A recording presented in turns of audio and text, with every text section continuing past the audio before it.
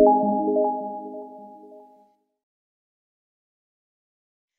day, everyone, and welcome to your Cebu Pacific flight. This is 5J561, and we are bound for Palawan. May we request everyone to switch off their phone during takeoff.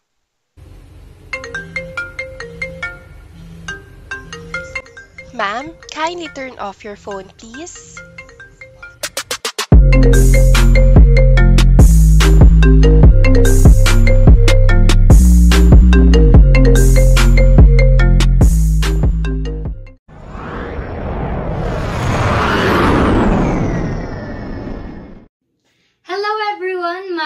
Temprano. Good morning, tourists. This is Anna Joy and these are my co-tour guides. And we will be your tour guide for today to a world-renowned island destination, the province of Palawan.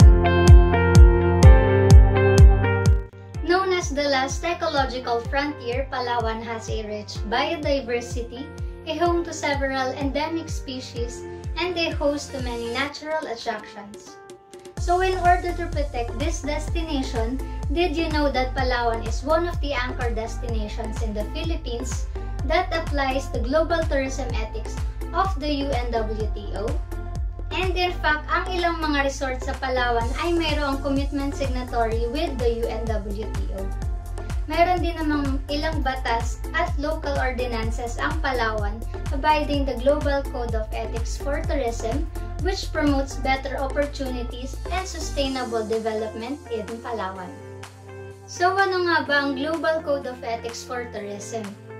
GCET is a comprehensive set of principles na gumagabay sa mga key players na ito in tourism development for responsible and sustainable tourism. Mayroong 10 articles sa code na ito and it covers economic, social, cultural, and environmental components of travel and tourism. So for today's tour, we are going to visit different destinations in Palawan that exhibits this ethics for tourism.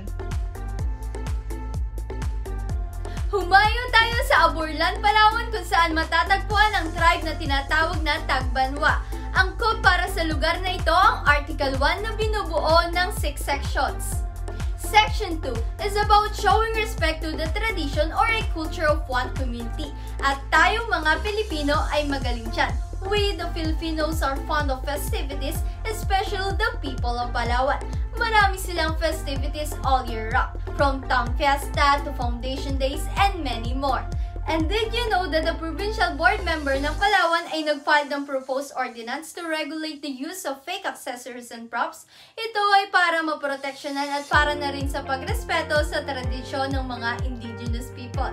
At sa Section 4 ng artikulo, kung safety and security ang pinag-uusapan, no worries dahil ang Palawan ay considered as one of the safest and most tourist-friendly place sa buong Pilipinas. Section 5 is about tourists that should not engage in any criminal activity while on vacation. Habang tayo ay naglalamyarda, minsan hindi natin naiwasan ang berya. Mapa-foreigner ka man o taga dito sa Pilipinas, we're obliged to follow the law. Kaya pag may nagawa kang labag sa batas, ito ay may karampatang penalty. Kaya paalala, lagi kang mag-ingat, katurista! Tumungo naman tayo sa Puerto, Princesa, kung saan sikat ang mga atraksyon mula beaches hanggang wildlife reserves. Isa sa pinakasikat na pinupuntahan dito ay ang Puerto Princesa Underground River na kasali sa 7 Wonders of Nature. Ang Article 2 ng GCET ay perpekto sa lugar na ito na nagsasabing tourism as a vehicle for individual and collective fulfillment. Ang Section 1 ay patungkol sa positive points ng tourism industry sa buhay ng bawat isa, such as relaxation, nature, leisure, knowledge about new culture, self-educator, and language learning. Ang Puerto Princesa City ay may new City Ordinance number 498 na nire-required ang lahat ng island resorts na maglagay ng mooring buoy para gabayan ang pag-load at unloading ng tourist arrival. Sa Section 2 naman, sinasabi rito na there should be no inequalities between men and women. Tourism activities should also promote human rights of children, elder people, handicapped, ethnic minorities, and indigenous peoples. Isa sa napatupad na batas dito sa bansa ay ang Republic Act 7610 or Special Protection of Children Against Abuse, Exploitation, and Discrimination Act. Ang Section 3 ay tumutukoy sa pagpigil sa paggamit ng sexual exploitation, kung kaya ang Provincial Council ng Palawan ay nag-impose ng discipline hours. Ilang mga napatupad na batas dito sa bansa ay ang Republic Act 7877 or the Anti-Sexual Harassment Act of 1995 at ang Republic Act 8042 or the Migrant Workers Act of 1997. Ang UNWTO naman ay may Protect Children from Exploitation campaign in which they hope to help eradicate child labor and sexual exploitation in the global travel industry. Dumako naman tayo sa susunod na destinasyon, El Nido. The Article 3 of the set is suitable for this place. It's about tourism, a factor of sustainable development. Section 1 is all about sustaining economic growth para sa kasalukuyan at kinabukasan. Isa sa maraming napatupad na batas ay ang Provincial Ordinance No. 1865. Pinabawasan nito ang epekto ng climate change at itinataas naman ang paggamit ng renewable energy. Pinopromote din ang policies at initiatives in agriculture, infrastructure, forestry, and biodiversity. Ang El Nido Resort ay isa sa pumirma sa UNWTO private sector commitment sa Code of Ethics. Sa Section 2 naman, dapat protektahan ang mga natural resources habang iniiwasan ang waste production. Ang City Ordinance No. 993 ay naglalayong iwasan ang paggamit ng single-use plastics. Isa pa ang Municipal Ordinance No. 2019-99. Pinopromote nito ang coastal and aquatic resource pati na rin ang ecological solid waste management and wastewater management. Sumunod naman ang Section 4. Dapat i-preserve ang natural legacy of ecosystem and biodiversity, as well as protection for natural heritage and endangered species. Ayon sa Republic Act 7611, layo nitong protektahan ng bawat isang likas sa kapaligiran para sa economic growth. It also protects natural resources, including forests, mangroves, and ethnic tribes that host ethnic groups. Kaya naman ang Republic Act 8371 recognizes and promotes the rights of Indigenous people in the Philippines. Lastly, Section 3 and 5. It highlights the reduction of the pressure of tourism activity, enhances beneficial impact, at kasama na rin dito ang carrying capacity. Isang halimbawa ay ang subterranean underground river kung saan pinapayagan lamang ang 900 visitors a day. Required din ng bawat bisita na mag-present ng permit bago pumasok ng site. Leading up to our next destination, welcome to Tabon Cave in Quezon, Palawan. The caves were the discovery site of the Tabon Man, isa sa mga oldest discoveries ng human inhabitants found in the Philippines. Article 4 ng GSET ay angkop sa lugar na ito.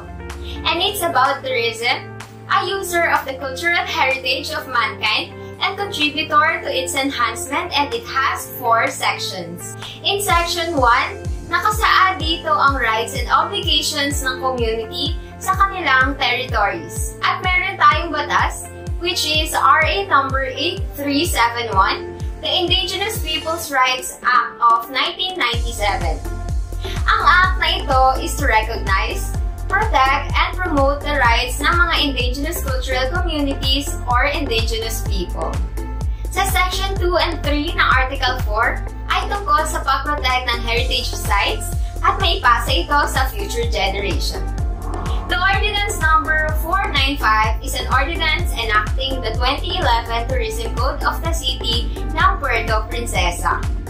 Ginawa ito upang i-promote ang tourism, maintain ecological integrity, at para magprotektahan ang mga cultural heritage sites. And lastly, sa Section 4 is about promoting and supporting traditional products, crafts, and folklore. As a tourist, i-consider dapat natin yung mga products nila to help their local communities and to improve their life through tourism. Tara, let's talk about opportunities, works, and important laws. This is the Philippines' last ecological frontier, Palawan. Ang susunod nating destination ay ang Tubataha Reefs Natural Park. Ang Article 5 ng GSET ay angkop sa lugar na ito because it is considered as tourism a beneficial activity for hosts, countries, and communities. Paano nga ba ito naging beneficial activity? So, under the Section 1, local populations should be associated with tourism activities at kailangan maibahagi ito equitably in the economic, social, and cultural benefits that they generate, and particularly in the creation of direct and indirect jobs recruiting from them. Since Tubataha Reef is a natural park, madaming oportunidad ang makukuha dito ng mga tao na naninirahan dito in terms of generating works or jobs and income for them, kagaya ng pagprotekta sa natural resources na nagsisilbing yaman nila, providing also in encouraging environmentalism. Sa Article 3 naman ay nagsasabi na kailangan bigyan ng kaukulang pansin ang specific problems of coastal areas and island territories. Ang isang halimbawa dito ay ang RA 7586. This act establishes the Tubataha Reefs Natural Park under the NIPAS Act. This ensures the protection and conservation of the globally significant economic, biological, socio-cultural, educational, and scientific values of the Tubataha Reefs. Isa pang halimbawa ng local ordinance para sa article na ito ay ang Climate Resilient Green Growth and Development Program or the CRGGDP. This program builds on the GGG or the Triple G's Green Growth definition. Binibigyang pansin ito ang economic development model that sustains from the point of view of environmental protection and remediation while at the same time promoting job creation, improvements in social equity, and other related objectives. To our next destination, Coron, Palawan. Ito ay sikat na sikat sa mga divers. Dito sa Coron Island, matatagpuan ang mga enchanting beaches and superb scenery just like the limestone cliffs that are all waiting for everyone to witness. But, sino nga ba ang mga stakeholders sa likod ng mga nakakapighaning lugar na ito? At ano ang kanilang primaryang obligasyon? Sila ang mga tourist, entrepreneurs, the government of the host community or area, and the host community which is ang mga residenteng nakatira. Every stakeholder is obliged to make use of the various digital and online platforms to communicate and promote their businesses. Individual stakeholders must develop unique competitive advantage to remain profitable. Here are the key sections to the Article 6 of the UNWTO. Example ordinance for this ay ang Provincial Ordinance Number 1865. The issuance of this demonstrates the commitment of the provincial government of Palawan in order to concretely address the impacts of climate change na kinakaharap ng Coron at nearby tourist destinations. Dahil dito, mas mabibigyang tuon ng climate resilience and green growth related measures sa iba't ibang development sectors at mamamandato sa mga concerned stakeholders na sumunod rin sa ganitong hakbang. Sa katagalan ay it will support efforts to reduce climate change related damages in the province by 2022. Ang gobyerno naman ay dapat siyang manguna sa pagbibigay ng basic infrastructures katulad ng mga kalsada, patubig, kuryente at seguridad para ma-encourage ang stakeholders to invest. Going to our next stop, welcome to Rasa Island Wild Sanctuary in Nara, Palawan. While talking about Article 7 of GSET entitled Right to Tourism, which is divided into 4 sections. Personal access to the discovery and enjoyment of the planet's resources constitute a right equally open to all world's inhabitants. We all have direct access to natural resources all over the world, including as tourists in certain locations, and that type of right deserves a commitment to manage those resources sustainably. For instance, here in Rasa Island Wild Sanctuary, it is one of the protected areas in the Philippines. This property is covered by the National Integrated Protected Area System Act of 1992, which ensures legal protection and conservation of the protected areas in the Philippines. Habang nag-e-enjoy tayo sa ganda ng biodiversity and nature ng lugar na to, kailangan as tourists maging mindful tayo sa mga ginagawa natin because Tourism is identified as potential threat adversely impacting the natural values of this property. Tourist visits are increasing and there are strict ordinances against dynamite fishing with only one net line fishing allowed. As per mentioned to the Article 7, tourism is a universal right regarded as the result of the right to leisure, and tourism families, youth, students, seniors, and people with disabilities should be facilitated. Tandaan, laging maging responsableng turista. Dito naman tayo sa Long Beach, which is dubbed as longest white sand beach in the country. That is located sa San Vicente, Palawan, and since it is a tourism zone, which means may liberty ang mga turista na makapunta rito, and angkop ito sa topic ngayon sa Article 8 of GSET entitled Liberty of Tourism Movement, that is divided sa 4 na section. In Section 1, meron tayong tinatawag na Article 13 of Universal Declaration of Human Rights na nagsasabing everyone has the right to freedom of movement and residence within the borders of each state, and everyone has the right to leave any country, including his own, and to return to his country. In Section 2 naman, kung saan na-implement ang Article 3, Section 7 ng Bill of Rights, which is the right of the people to information on matters of public concern shall be recognized.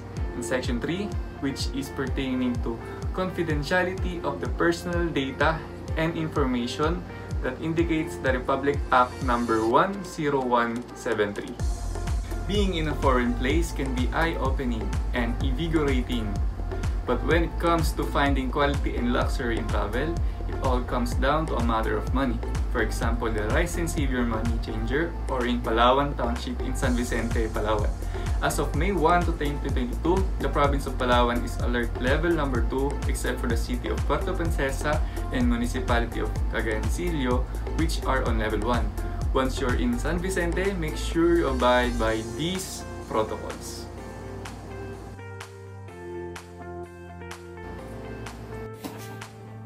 Balik ulit tayo dito sa Puerto Princesa, na kung saan ito ang business center hub ng Palawan. And the city is poised to become the region's economic growth hub, and it offers diverse business opportunities and competitive investors. Where workers and business owners can benefit to this, Puerto Princesa is the perfect place to tackle about Article 9, where it signifies the fundamental rights of workers and entrepreneurs in tourism industry, and must be observed and guaranteed by the governments. Section 1 and 2 of Article 9, it applies here the Labor Code of the Philippines, na kung saan ang Labor Code ng Pilipinas ay tumatayo bilang proteksyon sa lahat ng mga manggagawa sa kahit ano pang sektor, mapa-tourism industry man yan or related activities. For Section 3 and 4, we can apply here the Republic Act 8289, also known as the Magna Carta for Small Enterprises. Ang pinakalayunin ng law na ito ay ang pagtibaying at pagsulong sa pag-unlad at pagkilala o pagtangkilik para sa mga small and medium enterprises. And for the last two sections, we can apply the 60-40 equity rule in owning a business here in the Philippines. It states that at least 60% of the business should be owned by a Filipino citizen, while the rest can be owned by the foreign investor.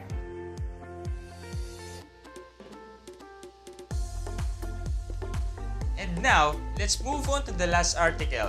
Article 10, the implementation of the Global Code of Ethics for Tourism. At ngayon, pag-usapan naman natin sa Section 1 ang mga stakeholders. Stakeholders are very important for any organizations, and without their support, success can be a far-fetched idea. But sino nga ba ang mga stakeholders na ito? Mga stakeholders sa turismo ay pwedeng mga individual na tao tulad ng mga turista, local residents, local companies, business associations, and tourism developers. At ayon naman sa Section 2 ng Article 10, once na ma-identify ang mga key stakeholders, the team should determine the best means of engaging different stakeholders based on their personal and potential involvement in future tourism development. Ang isang magandang halimbawa ng implementasyon ng principles ng GSET sa Palawan ay ang Republic Act 7611. It is hereby declared that the policy of the state to protect, develop, and conserve its natural resources. Nakapaloob din dito ang pagsasagawa ng mga plano, programa o proyekto para sa ikagaganda ng isang lugar, like preserving and enhancing the environment, and at the same time to pursue the socio-economic development goals of the country. Indeed, tourism is a genuine driver of solidarity and development. Let us all fully harness its power to bring people and communities together. Abiding by the Global Code of Ethics for tourism. This way, tourism can keep delivering better opportunities and sustainable development for millions across the globe. Vamos,